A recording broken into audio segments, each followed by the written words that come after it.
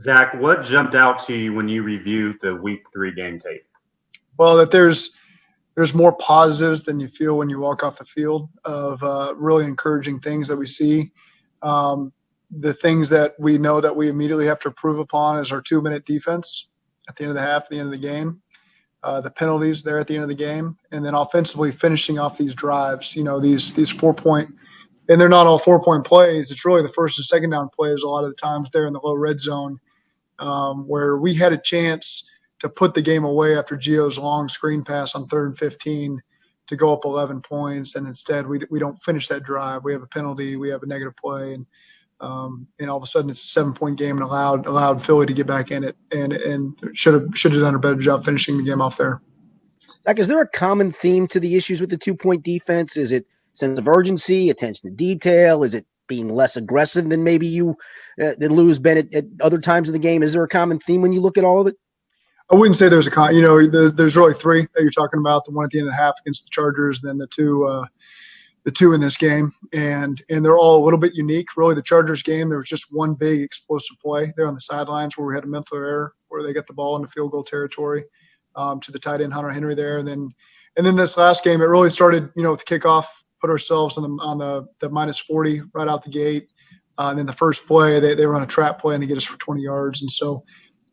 Tough start there. And then really the penalties, we're about to get off the field several times there at the end of the game, and the penalties allowed the drive to continue to go. So to answer your question, it's different really in all three of those drives, but it's something that we got to really focus in on this week and do a better job and be a little more creative in how we approach practice this week in terms of the 2-minute stuff. Coaches and players always talk about putting things like that behind you and moving on to the next play. But when you give up points right before the half and you don't have that next play right off the bat, does it linger longer? Does it change the mood at halftime? Well, I'm not going to lie and say it doesn't. When you give up points before the half, you got a chance to have some positive momentum when you get a score before the half, and it does feel a little bit different, when you give up the points right there. And we got to change our approach to the coin toss. I'm going to keep searching through these captains to find someone that can win us a coin toss. And once they win it, man, I'm going to ride with them until they let us down. Cause we got to start with the ball in the second half. That's not a make or break it, but when you get points at the end of the half, like Philly and the Chargers have, and then they start with the ball, it's, you feel like, it's 2 possessions you got to defend right there. And especially if they get points, it's that double whammy. So, we're going to be very creative with our approaches there to try to change our luck on the coin toss. Coach, talk about Carl Lawson. Really played a good game yesterday. Looked like he's finally has gotten over the injuries and settling back into the player he was. That's correct. It's he needs to show up on all 3 downs for us, and he did that last night, and that's something that's really good to see. I thought overall. Again, we talked about getting out there and being physical in practice and being competitive. And I saw that from our defensive line in particular, our whole defense as a whole. But in particular, I thought our defensive line played a lot more physical and a lot more aggressive than the week before. And again, when you get a guy like Mike Daniels back, he kind of changes that mindset a little bit, and it takes the pressure off everybody else. DJ has been giving us everything he's got. And, you get a chance to not make those guys play so many snaps. And so that way they can be more physical and come off the ball and the snaps that they do get. And, so I think his presence helps, and then overall, I just thought we got better play from that unit. That gave us a chance to win. Where do things stand at right guard? I know you talked about still kind of evaluating after last night. Where do they stand? Are you ready to make a decision yet, or is that something Wednesday? That's a Wednesday decision. Not quite ready yet. Keep thinking through it, and sometimes things aren't as good as you thought when you watch the tape, and things aren't as bad as you thought when you watch the tape. And certainly there's some things we got to clean up, but not quite ready on Monday to make that declaration. Would you consider bringing Alex up from the practice squad? We'll consider everything. Yeah, that's part of the consideration. Zach, is this one of those situations where it wasn't as bad as you thought, or as bad as the initial numbers were when you went back and watched the tape? I think it's all relative in that regard. There's some things that maybe feel worse to me than they would look on tape, or look to people who are watching it. Things we got to clean up. Just some mental errors that are unacceptable, and some things that will really help our run game get going. If we do a better job and we're more detailed there in particular, that's what stands out to me. So again, there's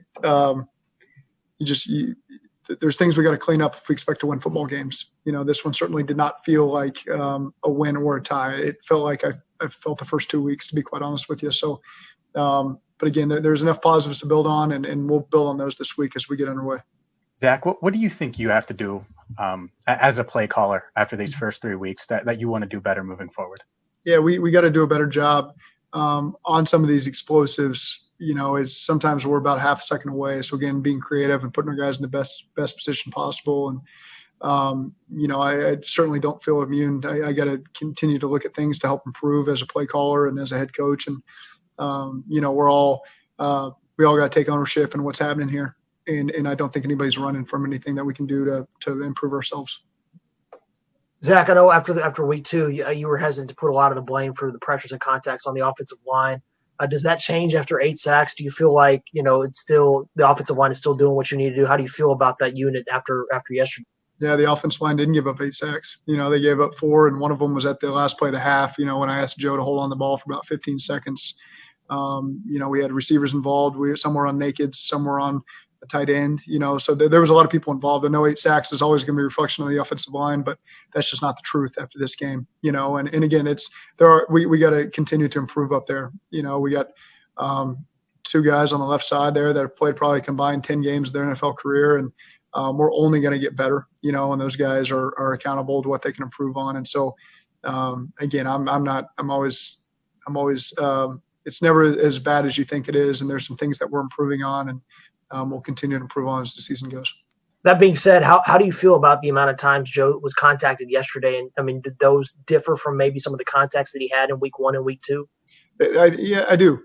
We had 2 sprint outs where he got contacted on, out of bounds almost, and his biggest hit of the day was on a naked, where he scrambled on a naked. The line's not really planning on him being there. You're faking to the right and you're keeping the ball to the left. They're not expecting him to be back on the right, hitting an explosive play to TV.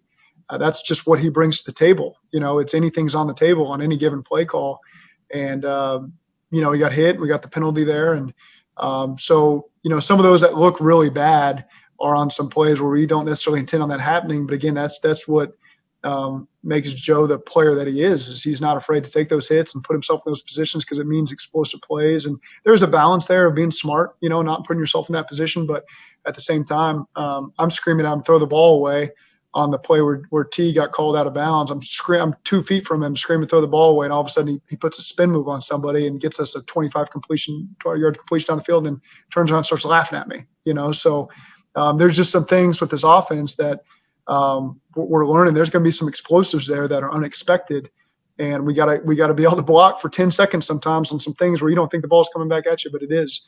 And that's part of what's going to make this thing pretty exciting. Zach, we just had DJ Reader on here, and he was talking about the importance of learning to win, and we've talked a lot about that over the course of this off season. How much does that fall on you as a head coach, and how much is that something that has to come from the players? Yeah, I'll put it all on me, to be quite honest with you. And it's not just saying, hey, we're a play away, we got to make a play. We got to find the opportunities during the week to get those small wins during the week when then they're going to add up on game day where they lead to that one play. And so, again, just as a coaching staff, continue to be creative with our approach over the course of the week and not let things get monotonous just because we do it Wednesday this way. We're going to continue to do Wednesday. We're going to explore every option to help give our team that edge and help find that first win for us, because I do really believe it'll snowball from there.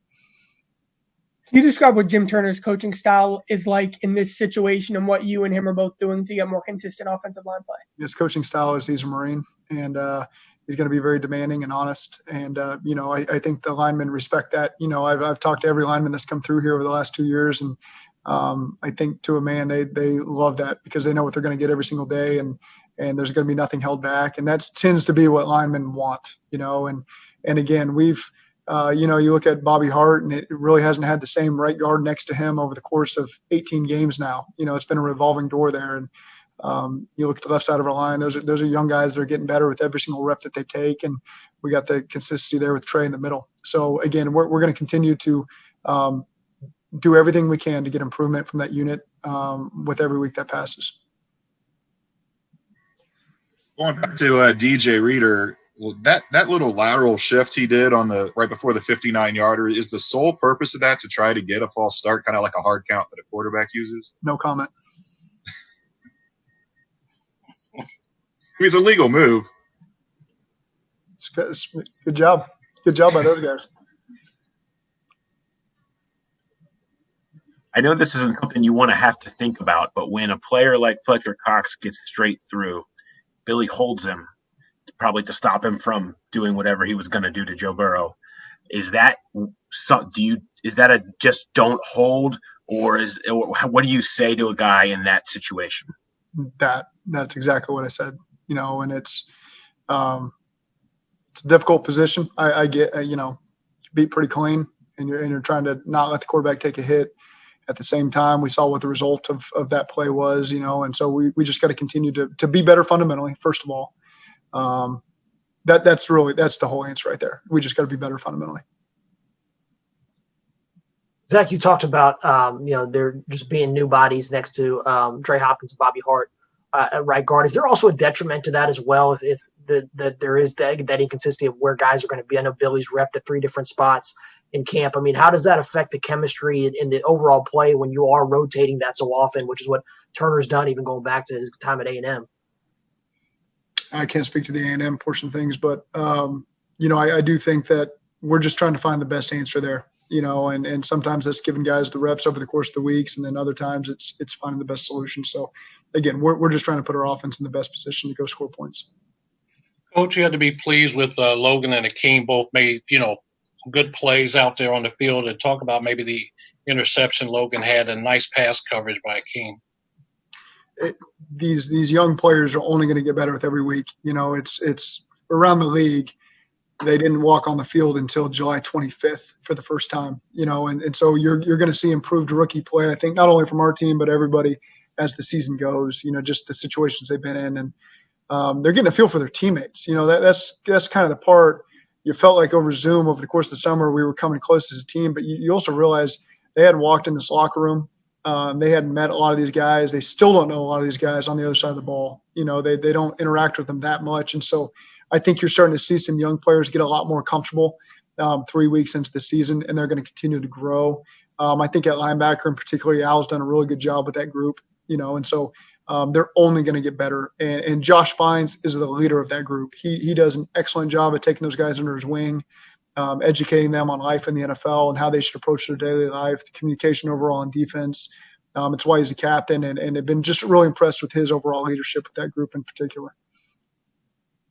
I know the last thing you want to do is make any injury timelines up here, but I mean, Xavier Su'a-Filo, how serious is his injury? I mean, do we know much about how long you anticipate him being out? A couple more weeks. I'm not going to say week to week at this point. It's going to be a couple more games. Sorry, I got thrown off there. It'll be a couple more weeks. As far as, do you look into going outside of the building for answers at right guard, or do you feel like those answers are definitely would come from inside? We explore at every position. If of course the waiver wire is in our favor at the moment, and so we always evaluate that to see if we can help our team at any position. So I won't speak to one position necessarily. We evaluate everywhere. Adeniji, you guys tried him in different places. And is it versatility as a reserve still kind of where he's at, or do you see enough where you could see a possibility of throwing him in the mix? I think that he's one of those young guys I speak to, that he's been nothing but impressive, and we'll just continue to find the best option there at every spot on the offensive line. But Akeem's arrow is certainly going up right now. He's a smart guy. His approach is the right way. He's playing a little bit there as the extra tight end.